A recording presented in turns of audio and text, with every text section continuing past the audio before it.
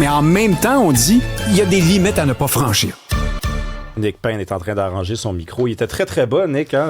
J'aurais pu me mettre à genoux pour vous parler. On va falloir qu'on refasse tes mesures sur le mur, là, parce qu'on avait préparé ça pour un nain, une petite personne. Un jour, je ferai une entrée normale dans ce studio. Peut-être pas en rampant ou de reculons ou en retard. Nick, on va te poser la question dans quelques instants, dans 10 secondes. Donne-nous 10 secondes là, sur le niveau de confiance envers les journalistes. Toi, personnellement, est-ce que tu as de moins en moins confiance et comment tu l'expliques? Parce qu'on a des chiffres. Les gens font de moins en moins confiance. Mais d'abord, Karima, quelques commentaires sont rentrés.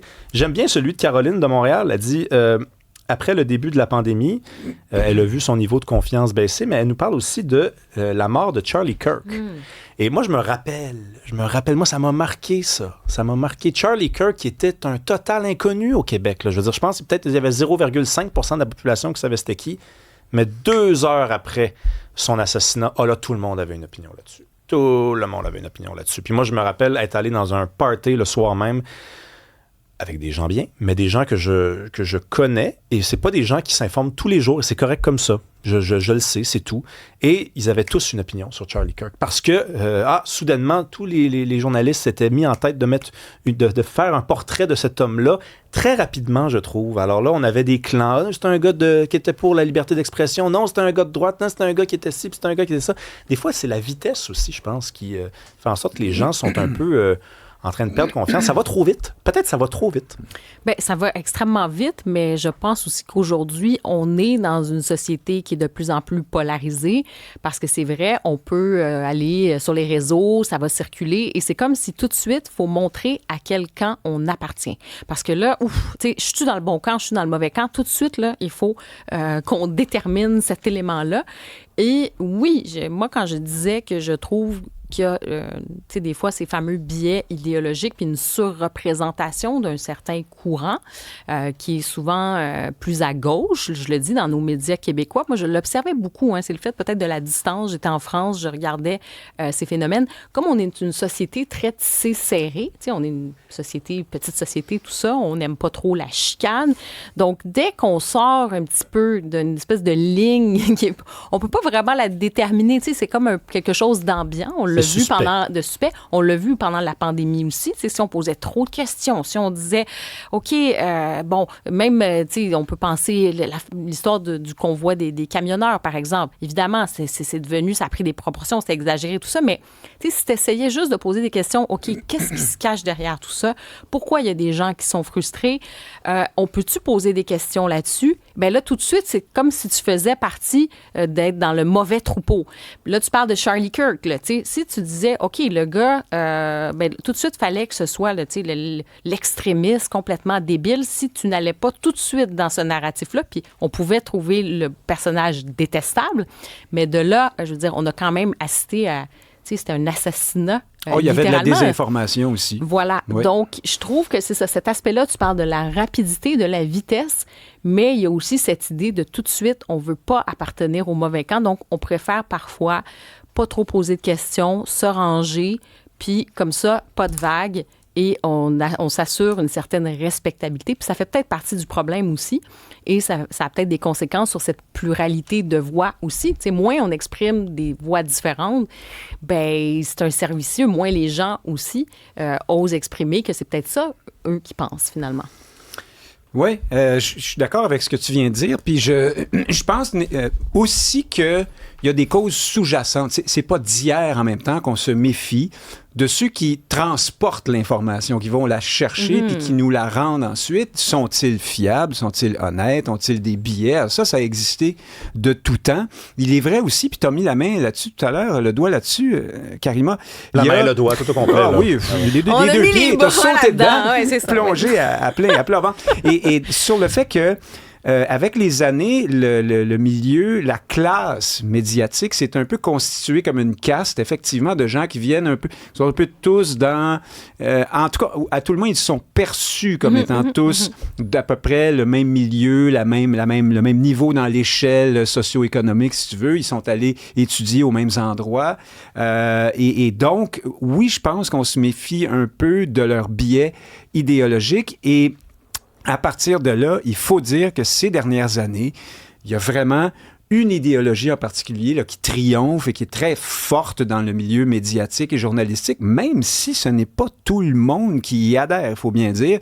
Et c'est l'idéologie, là, disons, appelons-la diversitaire pour faire large là, sur toutes les petites identités individuelles, la diversité ethnoculturelle, le culte de l'autre avec un grand A, comme disait Christian Rioux récemment. Tout ça nous amène à un regard sur le monde qui est très teinté, très orienté, et pas besoin de chercher loin ce qui se passe en ce moment à Montréal-Nord. Il y avait hier une entrevue au téléjournal de Radio-Canada avec Céline Galipeau d'une complaisance inouïe. Pour peu qu'on soit un peu objectif en regardant ça, avec un intervenant là, de Montréal-Nord, sans doute bien intentionné, tout ça, mais où l'animatrice elle-même, à un moment donné, dit « Ah oui, ben c'est clair là, que de nos jours, là, à Montréal-Nord, les gens, là, c'est de la police qu'ils ont peur. » C'est tellement gros, tellement large comme affirmation. C'est évident qu'il y a des gens qui ont ce sentiment-là à Montréal-Nord, mais certainement pas tous non plus. C'est pas les policiers qui font des fusillades dans les rues, qui a des balles perdues attrapent des gens. Les policiers ne battent pas les gens, ils ne les tuent pas, ils ne vendent pas de drogue. Tu sais, faut prendre un peu de perspective, mais on a actuellement là un récit sur Montréal-Nord qui est assez simple. La police est raciste, la population est menacée. Et puis là, avec ça, on donne aussi du carburant à la polarisation dont tu parlais tout à l'heure. Puis ça, c'est intéressant. Puis je demande en régie là, si jamais on a l'extrait, parce qu'il y a ce discours public.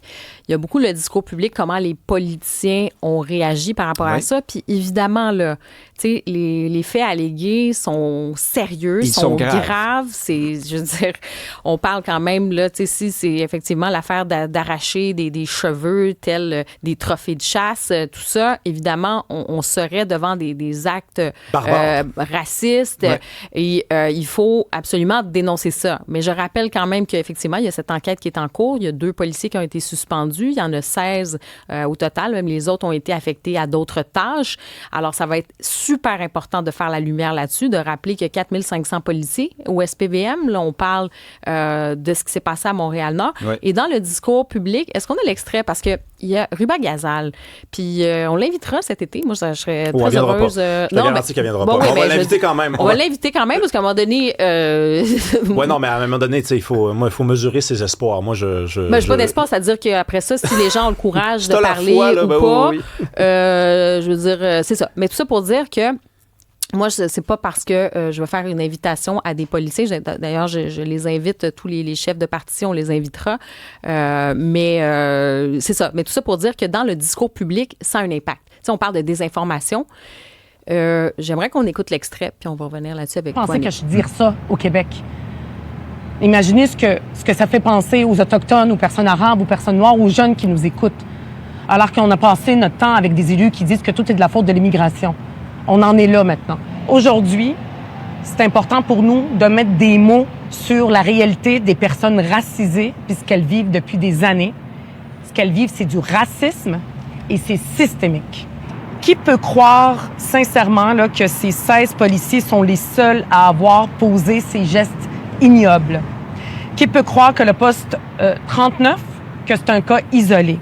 Ce qui s'est passé là, c'est le symptôme d'un problème beaucoup plus large et plus grave.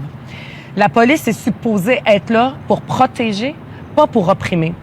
Le profilage racial, c'est le quotidien des familles de Montréal-Nord et ailleurs aussi, comme on l'a déjà vu, par exemple à Repentigny, à Longueuil.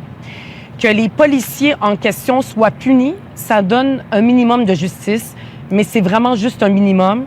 Il reste beaucoup de chemin à faire pour rendre justice à toutes les victimes et surtout pour prévenir que ce genre de situation se reproduise dans notre société. Non, en fait, c'est le début. Je pense qu'on n'a pas entendu le début parce qu'elle disait qu'ils ont scalpé. Les policiers ont scalpé. Ah ben c'est ça. On en parlait hier. C'est ça. L'abus de langage. C'est cet extrait-là qui Moi, je ne veux pas me mettre à contester tout ce qui vient d'être dit. Mais non. Je pense que ça... Je on disais, peut quand même dire que... c'est quand on dit « ils ont scalpé », j'essaie d'imaginer des jeunes à Montréal-Nord, des familles. Tu sais, oui, on va entendre les témoignages, il faut que les gens s'expriment, puis s'il y a des abus, il faut que ce soit condamné. Mais moi, c'était l'extrait, enfin, je sais pas, c'est peut-être le début qui a été coupé, mais dire ils ont scalpé, ça fait quoi dans l'espace public? En fait. Mais alors, bon, voici ce qui ressemble à une certaine récupération politique. Je ne vais pas aller plus loin, mais il est clair que face à ce discours-là, un discours qui serait un peu plus modéré, qui prendrait un peu de recul, qui dirait peut-être que là, ici, on tire des conclusions un peu trop vite. Peut-être que, oui, il y a eu des gestes incorrects qui ont été posés. Ça semble être le cas, d'autant plus si on se fie au chef de police lui-même qui l'affirme déjà. Alors, d'accord, mais en même temps, est-ce qu'on peut éviter de généraliser, de projeter, de se construire une espèce de chicane? Parce que là, ce qu'on fait avec un discours comme celui que je viens d'entendre, c'est qu'on légitime et on donne du carburant à des discours très militants, très, très campés, très radicaux, très extrêmes. Il y avait hier dans la manifestation Montréal-Nord « All cops are bastards ». Ça revient tout le temps, ça. Oui. Excusez, là, mais c'est pas correct, ça. On peut pas dire ça. On en a besoin de nos policiers. Et les policiers, il faut dire aussi que ce sont les victimes, je regrette d'employer ce terme, mais disons qu'ils sont les cibles idéales, parce qu'un policier, ça ne parle pas. Ils peuvent pas venir dans les médias puis se défendre et puis dire c'est dans leur code, c'est dans leur non, ils peuvent pas pendant qu'ils sont à l'emploi. Non, c'est ça. Alors, par après, on peut avoir comme ça des sages. Alors donc, bref, tout ça pour en revenir à la confiance envers les médias. Ce qu'on vient d'entendre de Rouba Gazal, le commentariat en général, ça fait bien plaisir à des gens qui sont dans une certaine tendance idéologique, mais pour d'autres qui aimeraient ici un discours un peu plus modéré, il y a une perte de confiance qui s'ensuit, c'est sûr. Non, c'est sûr, c'est sûr. Puis la manif hier, en tout cas, au moins, je note, là, parce que j'ai suivi un peu ce qui s'est passé, il n'y a pas eu d'émeute, il n'y a pas eu de vitres cassées, il n'y a pas eu de chars qui se sont mis à flamber. Ça, j'étais vraiment satisfait de voir les choses, parce que j'avais entendu le chef Adi Daguerre dire il s'était engagé à ce que ces policiers ne provoquent pas. C'est quand même la moindre des choses, mais on ne pouvait pas non plus s'attendre à ce qu'ils ne fassent rien si de l'autre côté, on décidait comme ça de déclencher les hostilités. Merci beaucoup, Nick Payne. On s'en parle demain.